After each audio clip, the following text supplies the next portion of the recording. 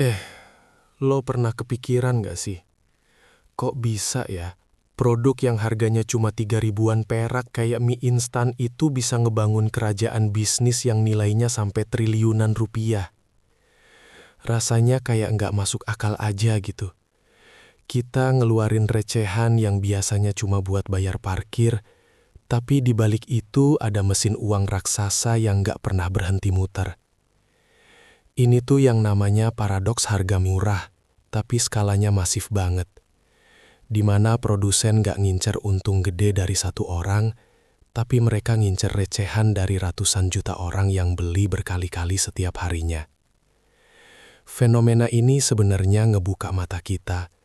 Kalau dalam dunia bisnis, lo nggak harus selalu jualan barang mewah buat jadi kaya raya. Karena mie instan ini udah ngebuktiin, kalau volume penjualan yang gila-gilaan bisa ngalahin margin gede dari barang-barang niche yang pasarnya terbatas.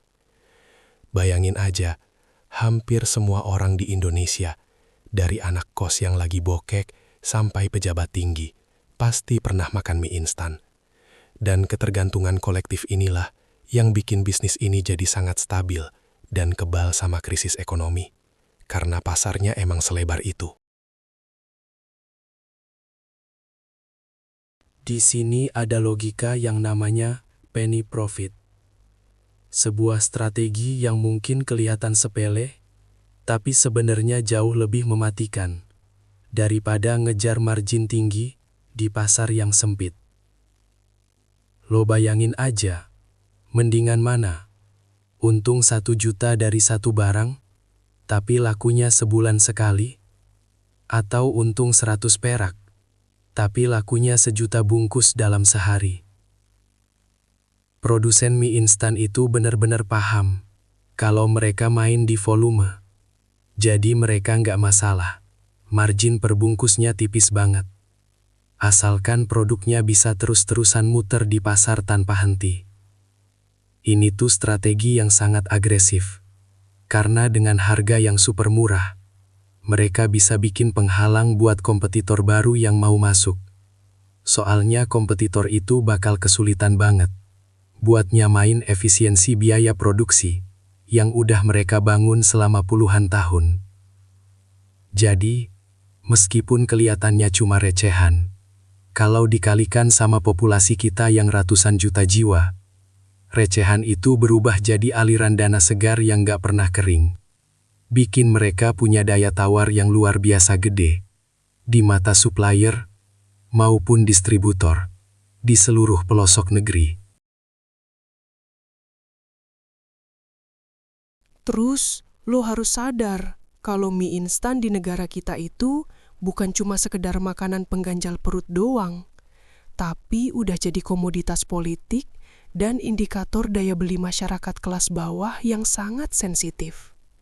Pemerintah bahkan sering pantau harga mie instan, karena kalau harganya naik sedikit aja, itu bisa langsung rusak stabilitas ekonomi dan bikin inflasi kerasa banget di kantong rakyat kecil. Ada semacam ilusi keterjangkauan yang sengaja dibangun sama para produsen, di mana mereka berusaha mati-matian buat jaga harga tetap di angka psikologis 3 ribuan, supaya konsumen gak ngerasa terbebani waktu mau beli. Strategi ini sukses banget buat ngunci loyalitas konsumen lintas generasi, dari kakek nenek kita sampai anak cucu nanti. Semua udah keformat otaknya, kalau lapar dan gak ada duit, solusinya ya mie instan. Loyalitas yang kebentuk karena faktor harga dan rasa ini susah banget digoyah, karena produk ini udah nempel sama identitas keseharian kita. Jadi biarpun ada produk lain yang lebih sehat atau lebih premium, mie instan murah bakal tetap jadi juara di hati dan dompet banyak orang. Kalau kita ngomongin data dari World Instant Noodles Association atau WINA, lo pasti bakal kaget. Karena Indonesia itu konsisten banget duduk di peringkat kedua sebagai konsumen mie instan terbesar di dunia. Bayangin aja, dalam setahun kita bisa ngabisin belasan miliar porsi mie instan. Yang kalau dijajarin mungkin bisa muterin bumi entah berapa kali. Dan angka ini terus tumbuh tiap tahunnya, tanpa ada tanda-tanda bakal turun. Ini tuh gila banget, karena artinya pasar mie di sini udah masuk tahap ketergantungan yang akut, di mana produk ini udah jadi makanan pokok kedua setelah nasi bagi sebagian besar orang Indonesia. Tapi di balik angka konsumsi yang fantastis itu, ada dinamika pasar yang sebenarnya cukup ngeri buat para produsen. Karena mereka harus terus-terusan berhadapan sama fluktuasi harga bahan baku internasional, terutama gandum, yang harganya sering naik turun gak jelas. Tekanan global ini bikin mereka harus pinter-pinter muter otak. Gimana caranya supaya biaya produksi gak bengkak. Tapi harga di toko kelontong tetap stabil, soalnya mereka tahu banget. Kalau sekali aja mereka naikin harga secara drastis, market share mereka bisa langsung rontok. Dimakan pesaing. Anatomi biaya di bisnis ini tuh bener-bener rumit. Karena mereka harus jaga keseimbangan antara harga gandum dunia yang labil sama keteguhan mereka buat nggak naikin harga eceran demi ngejaga stabilitas pasar yang udah mereka kuasai. Mereka lebih milih buat motong margin mereka sendiri atau nyari efisiensi di bagian lain daripada harus kehilangan jutaan pelanggan setia gara-gara kenaikan harga yang cuma beberapa ratus perak doang. Ini adalah permainan mental yang sangat beresiko, tapi ya itulah harga yang harus dibayar buat jadi penguasa pasar di negara berkembang kayak kita, yang orang-orangnya sangat sensitif sama urusan harga. Selain gandum, biaya kemasan, distribusi, dan energi juga terus naik. Tapi lo bisa lihat sendiri kan, gimana harganya mie instan di warung sebelah rumah lo itu jarang banget berubah secara frontal dalam waktu singkat. Produsen mie itu benar-benar jadi bumper ekonomi buat masyarakat. Mereka nahan semua beban kenaikan biaya produksi di internal perusahaan, supaya konsumen tetap ngerasa kalau mie instan adalah penyelamat hidup yang paling murah dan paling gampang dicari kapanpun dibutuhin. Nah, ada fenomena menarik nih yang namanya shrinkflation. Sebuah trik halus yang sering dipakai produsen buat ngadepin kenaikan biaya tanpa harus ngerubah harga di label kemasan secara terang-terangan. Pernah nggak lo ngerasa, kok kayaknya mie instan sekarang porsinya makin dikit atau bumbunya nggak sebanyak dulu? Nah, itu bukan perasaan lo doang, tapi emang taktik pengurangan berat bersih yang dilakukan biar harga tetap kompetitif di mata psikologis konsumen. Dengan ngurangin beberapa gram aja dari setiap bungkus, mereka bisa hemat biaya produksi sampai miliaran rupiah kalau dikalikan sama total produksi harian mereka yang jumlahnya jutaan, tanpa bikin konsumen protes keras, kayak kalau mereka naikin harganya langsung. Selain itu, realitas persaingan di lapangan juga makin sengit. Lo bisa lihat gimana pemain besar pakai kekuatan finansial mereka buat ngehimpit pemain baru lewat perang jalur distribusi yang brutal, dari mulai minimarket ber-AC sampai toko kelontong di gang sempit. Mereka pastiin produk mereka yang paling depan dan paling gampang diambil. Sementara merek baru seringkali kesulitan dapat tempat di rak, karena semua slot udah diborong sama raksasa industri yang punya modal buat bayar listing fee mahal. Sekarang kita bedah apa sih rahasia efisiensi di balik bungkus plastik yang lo makan itu. Salah satu kuncinya adalah integrasi vertikal yang benar-benar dikuasai sama grup bisnis besar. Mereka itu nggak cuma punya pabrik mie doang, tapi mereka juga punya penggilingan gandum sendiri, pabrik minyak goreng sendiri, pabrik plastik kemasan sendiri, sampai perusahaan logistik yang armadanya ribuan truk buat kirim barang ke seluruh Indonesia. Dengan nguasain dari hulu ke hilir kayak gitu, mereka bisa nekan biaya produksi sampai ke titik yang paling rendah, karena mereka nggak perlu bayar margin ke pihak ketiga di setiap tahapannya. Jadi keuntungannya tetap muter di dalam ekosistem mereka sendiri. Ini tuh jenius banget. karena mereka bisa kontrol kualitas dan ketersediaan bahan baku kapan aja, tanpa takut disabotase sama supplier luar. Sekaligus bikin mereka punya struktur biaya yang jauh lebih efisien dibandingin sama perusahaan yang cuma main di hilir doang. Skala bisnis yang raksasa ini bikin mereka punya kekuatan buat negosiasi apa aja. Dan inilah yang bikin mereka susah banget buat ditumbangkan sama siapapun yang pengen coba-coba masuk ke industri ini. Terus ada strategi volume as a weapon, di mana mereka ngejar yang namanya economy of scale, biar biaya produksi per unitnya bisa turun drastis banget, sampai ke level yang mungkin nggak masuk akal buat orang awam. Pabrik-pabrik mereka itu nggak pernah tidur. Mesin-mesinnya kerja 24 jam sehari selama 7 hari seminggu, tanpa henti buat nyetak jutaan bungkus mie setiap harinya, demi nutupin biaya operasional yang tetap. Bayangin aja, biaya listrik, sewa gedung, dan gaji karyawan itu tetap. Jadi makin banyak mie yang mereka produksi dalam satu waktu, maka beban biaya per bungkusnya bakal makin kecil banget, sampai mendekati angka 0 di pembukuan mereka. Ini tuh yang bikin mereka bisa tetap untung, walaupun marginnya tipis, karena mereka main di angka yang sangat gede. Jadi recehan dikalikan jutaan bungkus tiap jam itu udah luar biasa banget buat bikin mereka terus ekspansi. Efisiensi ini juga yang memungkinkan mereka buat ngasih diskon gede-gedean ke distributor, atau ngadain promo beli 5 gratis 1, tanpa takut rugi. Karena secara perhitungan dasar, biaya produksi aslinya emang udah sangat kecil, berkat skala ekonomi yang gila-gilaan tadi.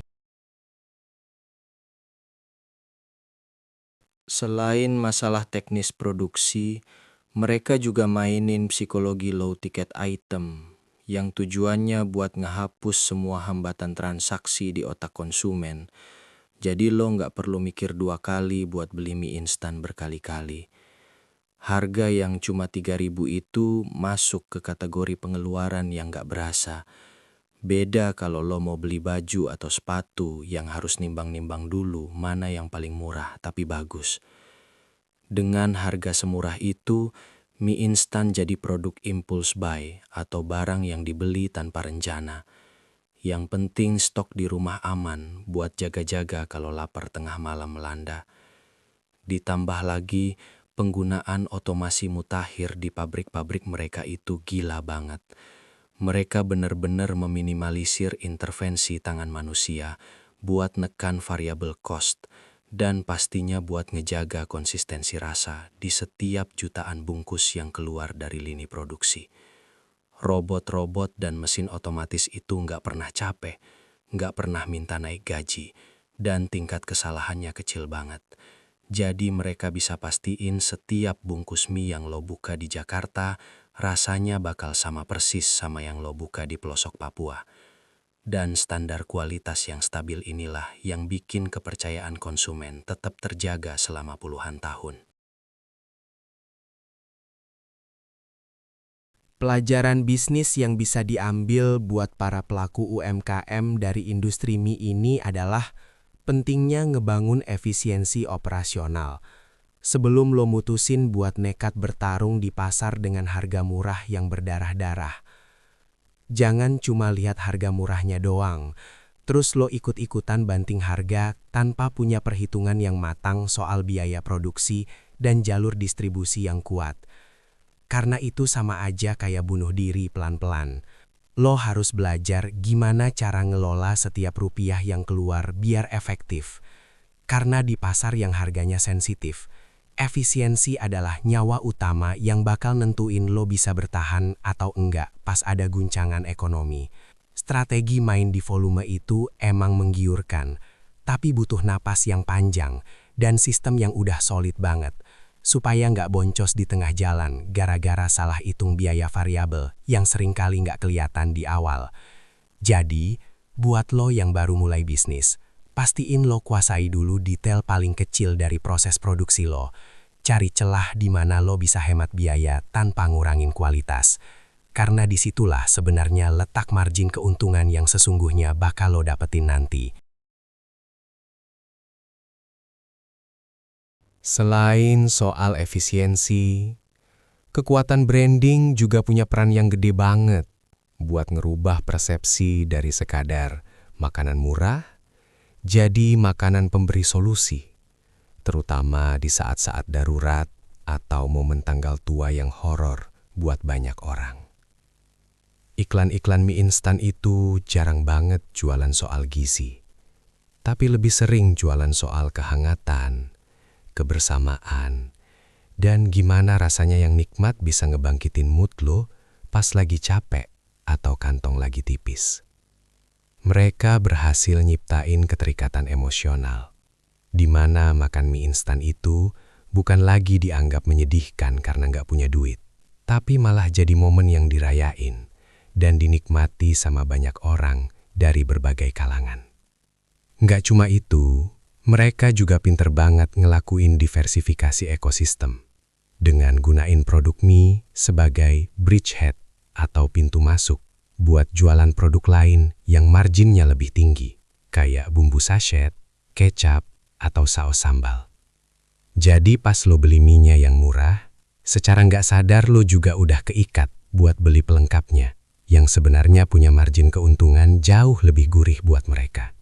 Dan inilah cara mereka muter duit secara maksimal dari satu konsumen yang sama.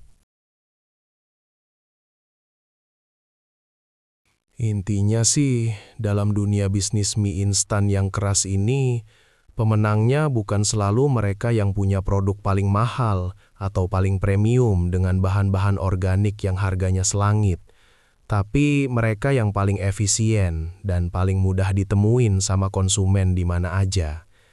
Bisnis mie instan ngebuktiin kalau aksesibilitas dan kemudahan itu adalah segalanya. Karena percuma produk lo enak kalau hadang-dana masuk di kantong, atau lo harus nyari sampai ke ujung dunia cuma buat beli satu bungkus doang.